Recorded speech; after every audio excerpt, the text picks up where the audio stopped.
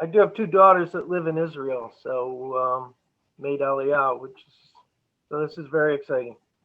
Yeah, tell everyone, where are they in Israel, your daughters? One's in Beit Shemesh, and the other one's in Jerusalem. Oh, And how nice. long have they been in Israel, your daughters? Hi, guys. Hi, Uh, Arnon. Nice Hello. to see you. over 5 years, I would say. Excellent. And Howard, I'm trying to remember, how many years ago did we meet? It's been a long time, has it not? It's about 360 years. Yeah, I thought it was about that long. Right. But who's counting when we're having fun? Well, So, I've been chairing for 14 years, and I was a member for 8 years. And the first time we met was when I was a member, and you spoke to our group. well, I must tell you, Howard is such an amazing, encouraging person to me. It was almost a year ago right now when I was sitting in a rental car in Phoenix, Arizona, about to fly to Newark to speak for Howard's groups. And everything was suddenly locked down. The virus was awful and everything. And with Howard's motivation, I created a brand new program in getting over worry and all of that we did for his groups. And I, as a result of that, ended up doing almost 100 Vistage presentations last year on that topic, and it's because of Howard. So Howard, I'm very grateful for your encouragement. Well, thank you for the commission on all those talks. You know, it was a pleasure, and I thank you so much. And Howard, let people get to know a little bit about you. Where are you from originally? I'm originally, wait, is this the Boaz 5? It is. It is. Okay. Howard knows the 5 questions that my dearly departed Jewish mother asks everybody. And so these are the questions. So the first one is, where are you from originally? Buffalo, New York. Land of the snow and the Buffalo Bills football team. Absolutely. They did somewhat well this year. Maybe next year will be better. What brought you you live in the Newark area now? I'm in Teaneck, just outside of New York City. And so what brought you to where you are now? That is a great question, Boaz. Your mother was a genius. Originally, I came to New York to become an advertising photographer, which I did for 5 years. I used to have a photography studio just down the block from the Empire State Building. And how did you find Vistage, or how did they find you? It's really amazing. They don't do this anymore, but back 25 years ago, I received at my office, I was doing paper tube manufacturing. I had a company, a paper tube manufacturing factory in Newark, and I received what looked like a wedding invitation. And it really stood out because I don't receive mail like that at work. And I opened it up, and it was some crazy concept about business leaders working together. And it piqued my curiosity. I called the organization and asked more about it. And it was an invitation to come to either a breakfast or a lunch at a nice hotel. So it obviously seemed first class by the invitation and the location. And I said, what the hell, I'll give it a try. And here I am. And what year was that you first got acquainted with Vistage? It must have been let's just say it was a year 2000, because I have my plaque on the wall, Vistage member since 2000. And how did you become a chair? So I doubled my company in 8 years and made it probably about 3 times more profitable. And I wound up selling it to a public corporation. And that was, I had been in Vistage for 8 years. I had the company for 12 years. And the stars were aligned. It just seemed right. And I said to my chair, I said, what am I going to do? And he says, well, why don't you become a Vistage chair? And I said, I can't be a chair. He goes, why not? I said, I'm not you. He goes, no, you're you, and you'll make a great chair. And the rest is history. So how many groups do you have now? I have two groups. I like it that way. I have one CEO group, or CE group as they call it, with 17 members, and I have a key group with 10 members. Fabulous. And what's your greatest gratification being a chair? But it's not for the money that people do this mainly. It's I'll tell you, I started out being a chair because I loved the process, right? I love the meetings. I love the issue processing. I love the speakers. I love that I was always in an environment of learning and growing. And that's why I originally became a chair. I wanted to continue or immerse myself in Vistage. And what I found over the years is that I actually really enjoy helping people as well. So now I'm in it for both.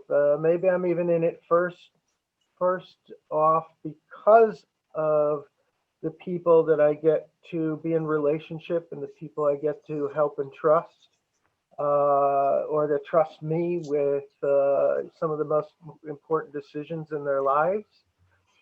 And secondly, because it keeps me on top of my game. I'm always learning and growing. There's a new technology coming out every day in business, so on and so forth, and I'm right in the thick of it. You mentioned you have two daughters. You have more kids than that, or those are your kids too? I have four daughters and then the boy. So we have a total of five. And I always say we never know how many we would have had. My wife says, that was the last one. I just didn't tell you. And you have grandkids, Howard? Four grandchildren, all in Israel and Beit Shemesh. And we're grounded, right? Wow. Been over a year. Indeed. And my mother's other question, what did you want to be when you were growing up, Howard?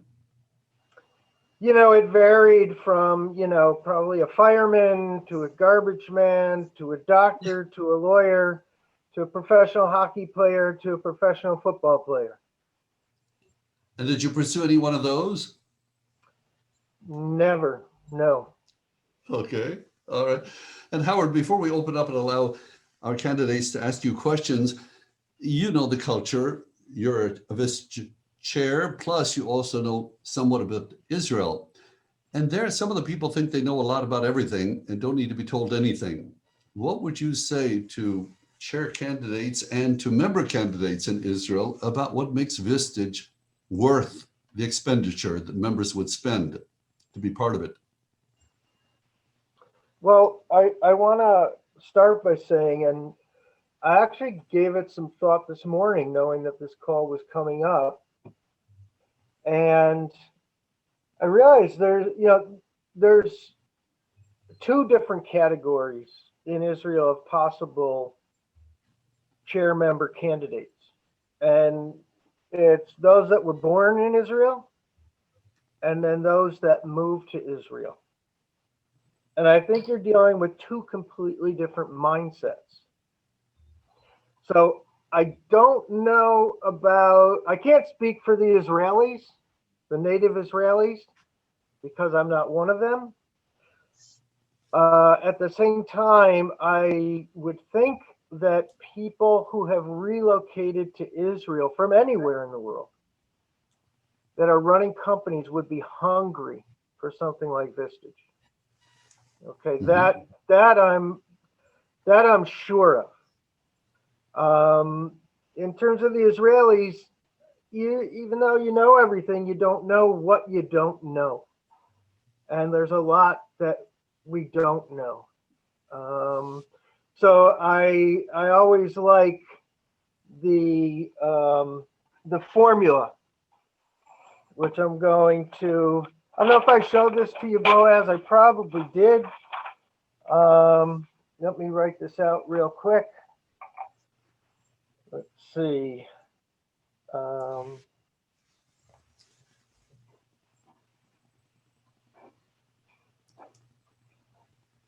And while Howard is writing, we'll prepare to ask him questions. Maybe we'll start with Anita and then with Jackie.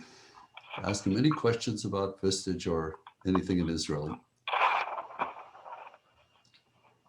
just realized. Okay.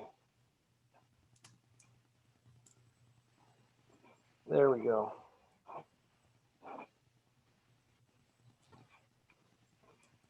This is the formula right here. Is anyone familiar with that formula? No, what does it mean? 3 plus times SW equals N? Exactly. Some will, some won't. So what? Next. Some will, some won't. So what? What's next? So what yeah, next? I agree. Yeah. Yeah, it's like the doctor in the olden days used to come out of his office, go to his lobby after he's through with one patient and say, next, next. Absolutely. Anita, do we have any questions for Howard? And then we'll go to Jackie. So first of all, thank you, Howard, for joining us for this meeting. I really appreciate it.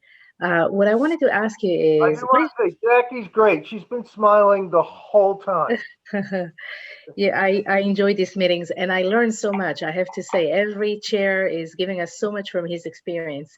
But I wanted to ask you, what was the biggest challenge that you have experienced being a chair?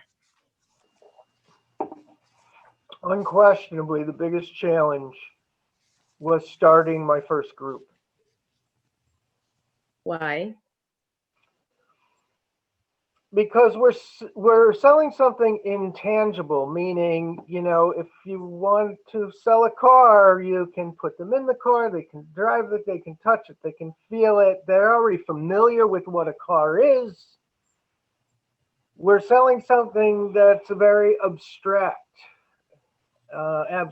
So while we know what it is, most people don't have anything to compare it to relate to it.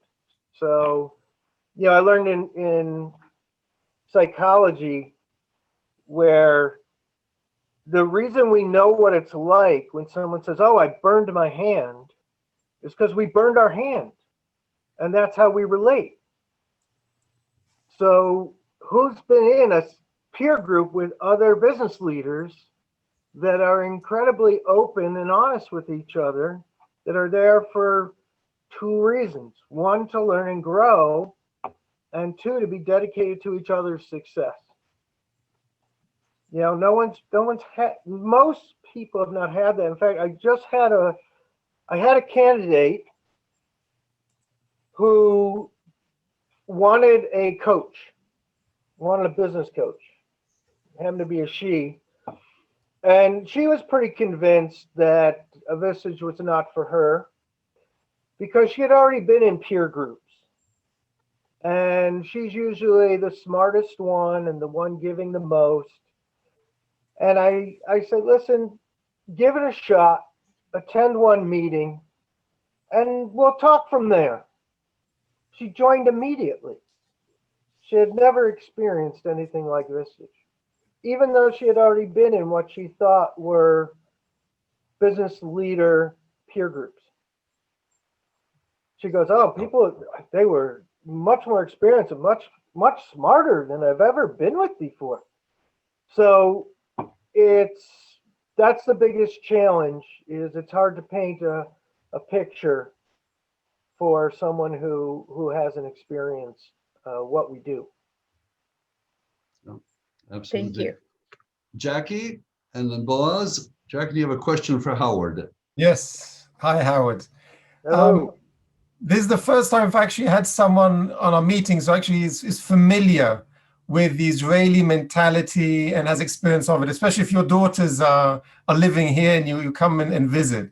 So I want to take the opportunity and ask you, not how would you convince people, more from the other side. how would you describe yourself and your role as a chair to an Israeli? Would it be something like a facilitator, a mentor? What is your take on how to sell it to the Israelis, your position? Well, we are the facilitator when it comes to the meeting. So it's our job as chairs to find the right candidates to bring into the group, and then to control the madness. That's a great way of putting it. Yeah, so depending on the individuals, some are passive aggressive, some are aggressive, but at the end of the day, we have to be the boss of the meeting. We have to be in charge. Mm-hmm. So they know right away that I'm going to cut them off when they need to be cut off. They have to trust me. That's like an upfront agreement. This may be something different than you've ever been used to before, but you have to trust me as the facilitator and honor my requests, even if it doesn't make sense at the time. So that is the answer in terms of in the group. And then outside the group, we're really there as their mentor or their coach, as someone who cares deeply about them and that can talk to us about any challenges they're having in their lives, whether it be personal or professional. Mm-hmm. We can help with their strategies for their companies, their goals, whether they be personal or professional. It's their time, and they can use that time any way that they see fit. What we're not going to do is tell them what they should do, right? All the decisions are ultimately theirs, and they can ask us what we would do if we were in the position, but what I would do may not be best for them, right? So that's, as chairs, that's what we're really there. I always say, as long as all of my members are learning and growing, then I'm doing a good job, a really good job. But learning and growing can be very different to different people. And I'll say someone may want to double the size of their company every 3 years. Someone else will say, I've never been happier than when I've had 50 employees, and having 85 employees right now is beyond my capability. I'd really like to. I was the most profitable. I was the happiest. I was the most comfortable. I want to get my company back to the size that's in my comfort level. And that's a great goal for them. Mm-hmm. Howard, would you talk for just a moment about the fact that in Israel, people think they can get advice from their neighbor, from somebody in the military, from a friend and so forth, but they would not share their profit and loss statement with a neighbor or a friend. Am I right? They wouldn't show those problems to somebody like that. Yeah, that's the beauty of what we do. We create a very safe space. In fact, the type of safe space that most people have never had before and may never have anywhere else in their lives again. So that's one of the reasons, it's not the only reason, why it's non-competing businesses in non-competing industries, right? Because we have to be able to share our biggest weaknesses, because that's where we need the most help. So if I'm not in a room where I can say, I'm terrible at motivating my employees, I really need help in that, then we're not going to get the value. We're not going to get the 3x, the 10x ROI that we're paying for to be a member. We may not get any value if we're not willing to be able to talk about our businesses freely, openly, and not have to look like the smartest person in the room. In fact, that's a great, great expression in Vistage, is no one of us is smarter than all of us.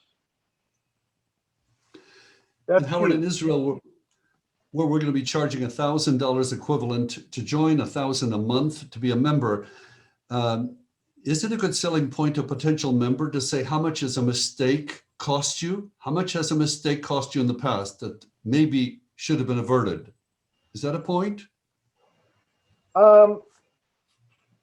So we have a great Vistage speaker besides Boaz, who talks about the disc profile. And for those of you who don't know the disc profile, he actually does it in a way that I find very easy to understand, and he does it with birds. Okay, and I'm going to show you guys the birds because this is huge. You can buy his book. I don't make anything off of it.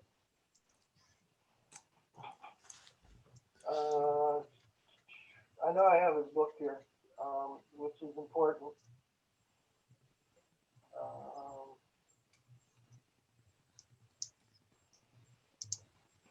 Might be this. I'm not sure if it's this one. I'll get it to Boaz if it's not this one. All right. But here's the concept. So DISC was created in 1928, and it's for public use. There's no patent on it or anything like that. These are the four birds. Yeah. So here's the eagle. Okay, the eagle flies at 3,000 feet, sees its prey from a mile away, goes in, grabs it every time, never misses, on target, eats it, next task, on to the next. And that's the eagle. A quick decision maker is not going to get into the weeds, is not going to look at spreadsheets and graphs and ask you if I have anything more I can read.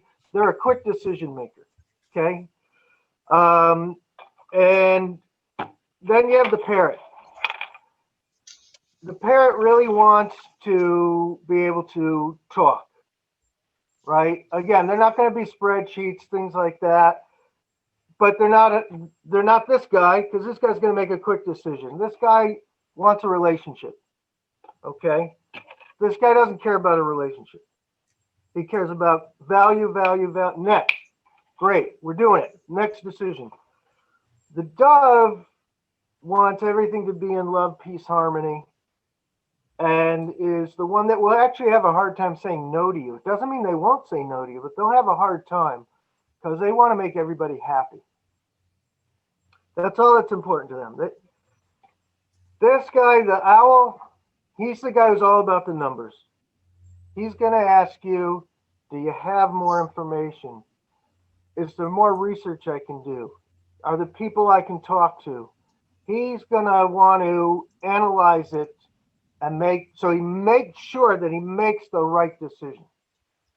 So, yeah, if you're going to say to an owl, the owl is going to relate the most. Can they all relate to some degree? Absolutely. But depending on what their personality profile is, I would approach it differently. Yeah. Because at the end of the day, as you know, there's a great, by the way, I recommend a video. It's a TED Talk by Simon Sinek about the why. And he talks about, it's phenomenal. It's a little dated. It might be 7 years old. He talks about Apple and Microsoft, and today's example would be Elon Musk, right? You wouldn't really.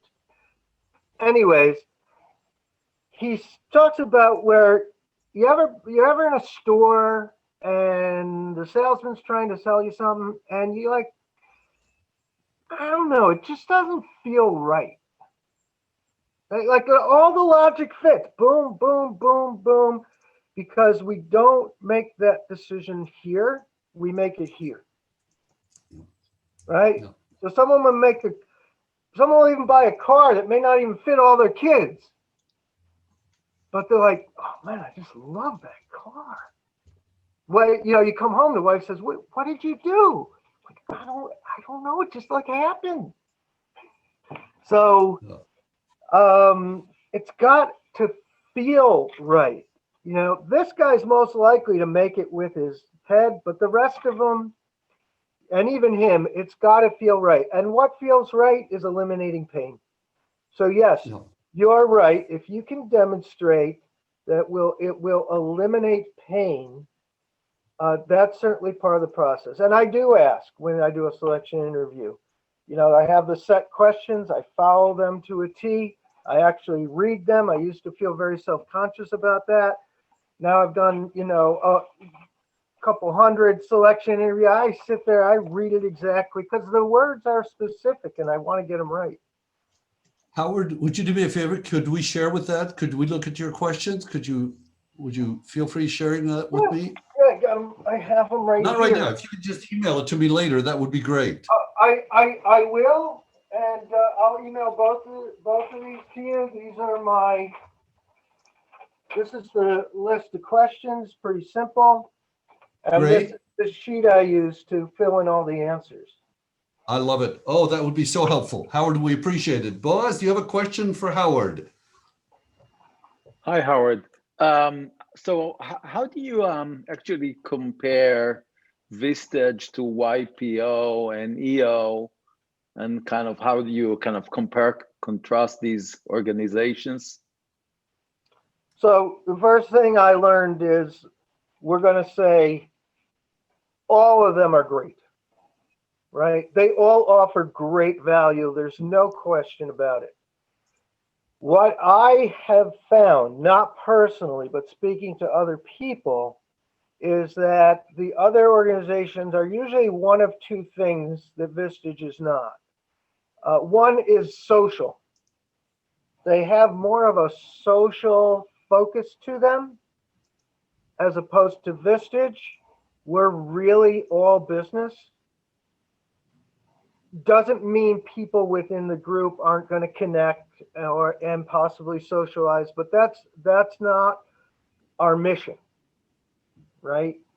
The other thing is like YPO or YO or EO, they don't have professional facilitators. The members take turns, I think, on a yearly basis facilitating the groups. So they're self-facilitated, which is very different because as a paid facilitator, we can say things that a self-facilitator can't. And the training is extensive for you to become that, Howard, isn't it? The Chair Academy, 5 days plus additional training. Absolutely. Plus, we're the most robust program out there. I don't know what Israel's planning to do, but no one else meets for a full day with, what are you doing? 8 out of 12 or 7 out of 12 meetings with speakers? Yep. One-on-one coaching. I mean, no other organization. Every month one-on-one coaching. No other organization comes close to the value that we give. Yeah, absolutely. And I've seen it over 18 years. It is profound. Nurit, do you have a question for Howard?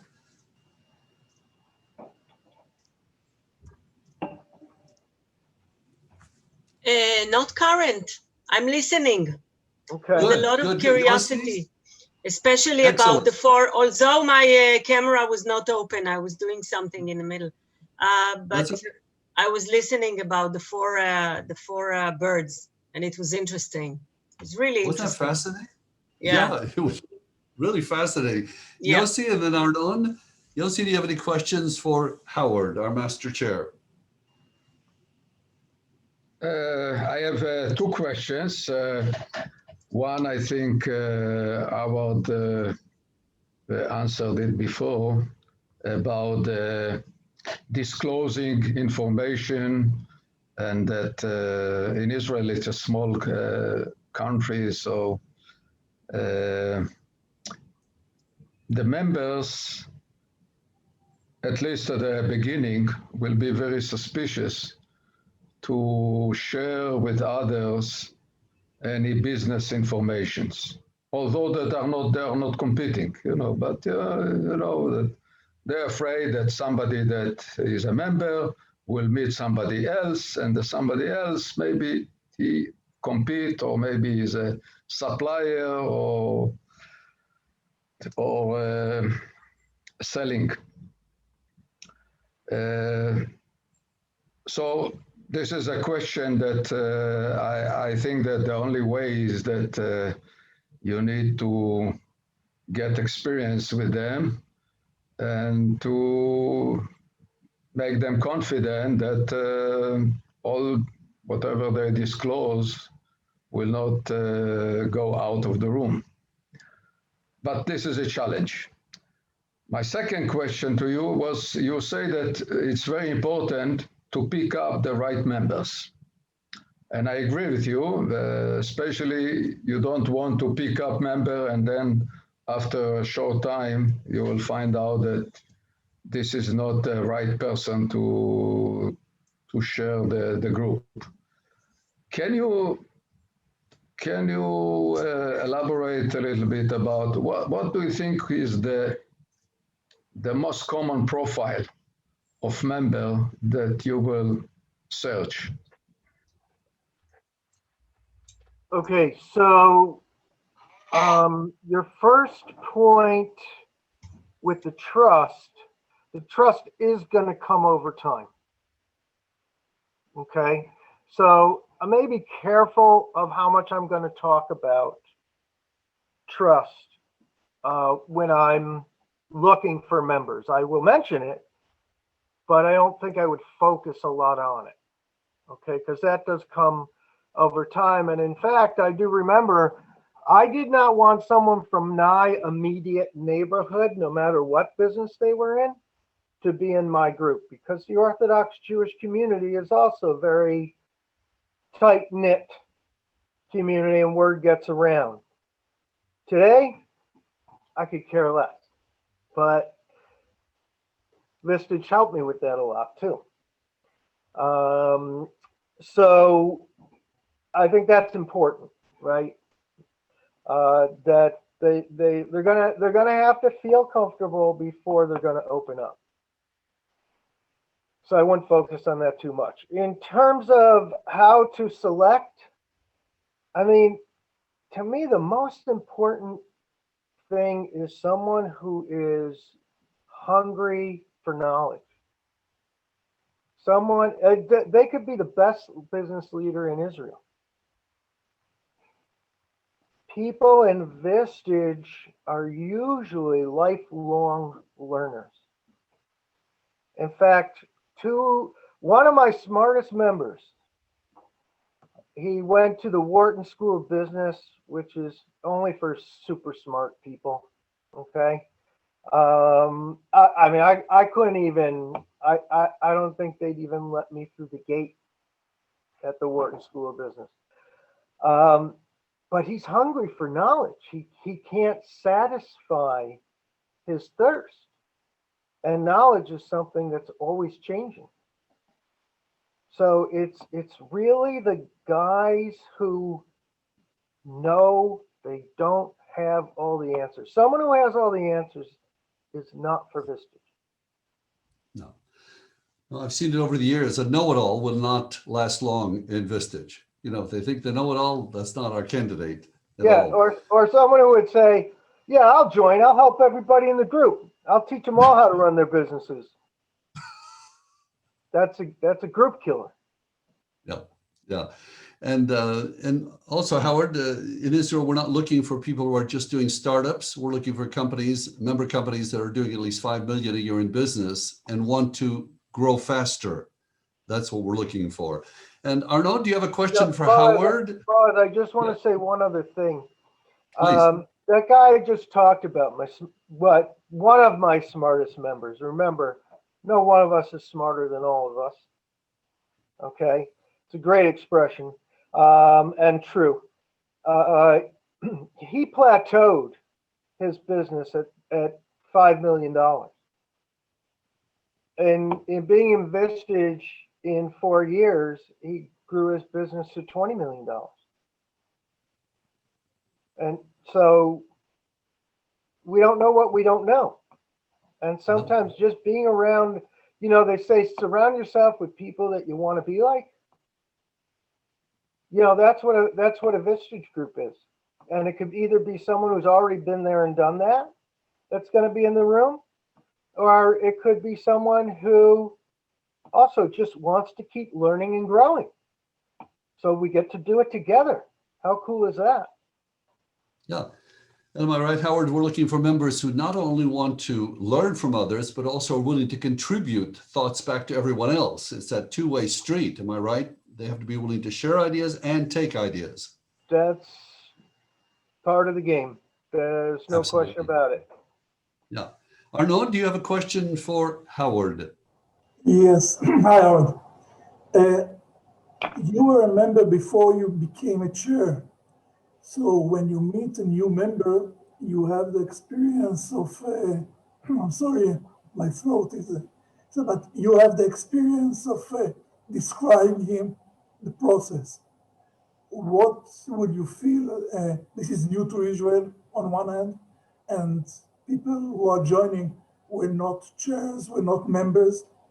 So when you meet, how do you find new members, and what do you tell them when you don't know yourself what it means to be part of such a group?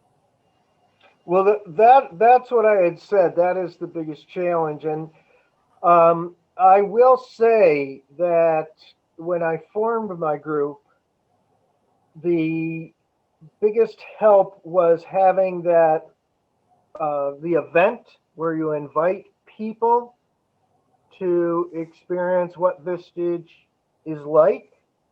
Boaz, I assume you guys are going to be doing that? Yeah, all types of marketing events once we get people out of Academy, yes. So, you know, the key is, and they'll talk about it in Academy, but when you're building your group, all you have to do is convince someone to come to that initial event. Once they experience that event, they actually get to experience what value Vistage brings. That's what got me to be a member, right? I didn't know anything, but I wanted to, I was curious enough that I was willing to come to that event. And the event speaks volumes. Yeah, Howard is right. And see, one of the things that we'll be able to help all of you with in Israel is the fact that Arnon, I do have 18 years of experience being around Vistage members, 25,000 members. So Howard just gave me a great idea. And that is that in addition to marketing events that we may have for Israel as a whole, perhaps we can also have maybe every week or two a session where I'm available for potential new members for you all to bring them to a Zoom meeting, and I can answer the questions about what it's like to be inside Vistage for 18 years and 25,000 members. So we'll be able to help you with all that, Arnon. Wherever you're not comfortable with, we've got the experience, and that's what makes this unique. Any other questions for Howard from anyone? Yes, I have one more question. Yes. In the process of picking up the members, I guess that at the beginning, maybe you will find 2 members that will fit your criteria. And then after that, you will find other. Do you wait till you will find at least a minimum number of member groups till you will start the meetings with them? Yeah, many of us, including myself, when I started, I started the monthly meeting. Even if it was just for 4 hours, let's say I had 4 members, at no charge until the group was, as we say, launched, official, right? So I wasn't making any money. They weren't paying any money. That's why I was keeping them engaged. Some people even do the coaching sessions. I wasn't doing the coaching sessions. I was just doing the meetings. And it's the type of thing now with Zoom, you can get Boaz can come in and even speak for an hour. Yeah. Yeah. So you can have a meeting for 4 hours and people get to know each other. They can each process an issue together. Then Boaz can come in, do a talk for an hour, like a half a day. And already they'll start to see there's something to this. Great idea. Great idea. Any other questions for Howard? Howard, how do you get sorry. Yes. Go ahead, how please. do you get people I am listening. How do you get people to commit a whole day for this? I know from the kind of YPO experience that people have trouble committing, 4 or 5 hours in the afternoon. But to commit a full day is a tall order, especially for Israelis that, generally cannot sit for half an hour steady. So how do you get to do this? Although Boaz, you all have sat for 44 minutes and have done well. So, well, there's two questions to that. Number one is why can't they give up a full day once a month? What is preventing them from doing that? Well, forget the spielkas, right? Forget the ants in the pants.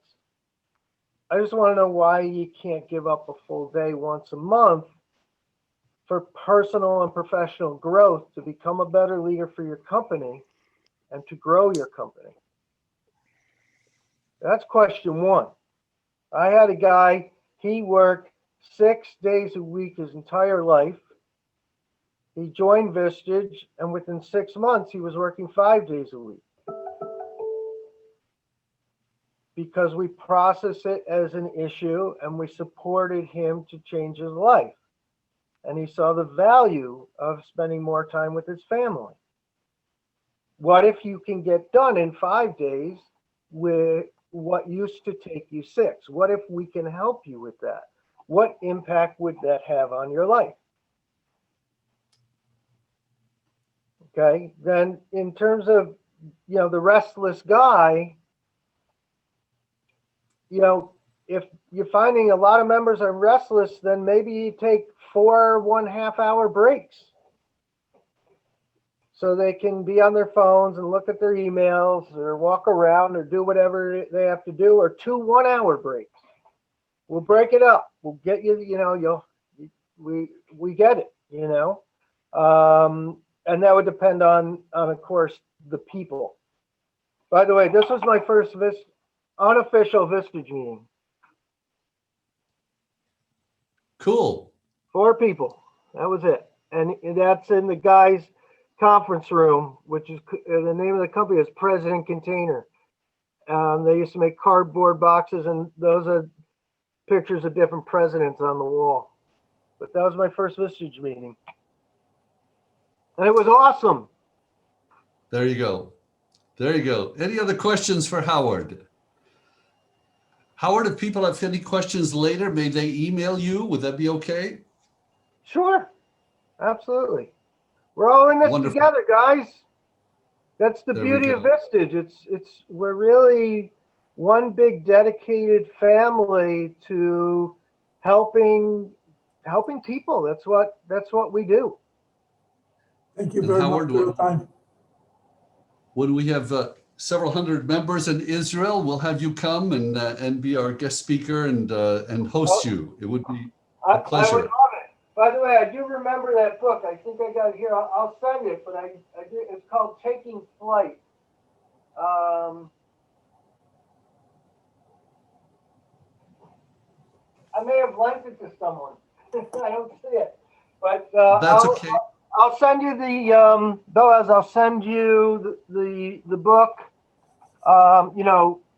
Electronic picture of the book. I'll send you the selection interview questions and sheet that I use. We appreciate all of that greatly. How many of you, by a show of hands, feel we got some really good ideas today? Now, really, I mean, really good ideas. Amazing, amazing. Howard, I'm always so grateful for you. Number two, I didn't see your hand go up. He's deep in texting, emailing. Probably a potential member. He is on it. There you go. There you go. There you go. Howard, thank you so very, very much.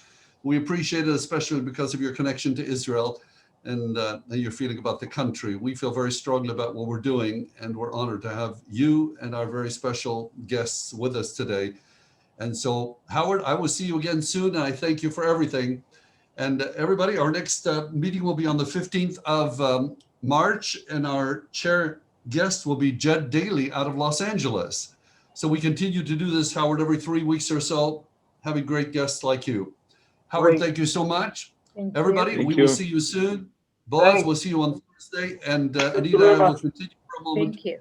Bye-bye. We'll see all of you Thanks, soon. Boaz. Thanks, Bye-bye. Anita. I look forward Thanks, to meeting Howard. all of you in Israel. Amen. Thank you, No Howard. problem. Thank you. Amen. Thank you. We are Amen. Thank here. you so much. Okay, thank you. Bye. Bye. Bye, everybody.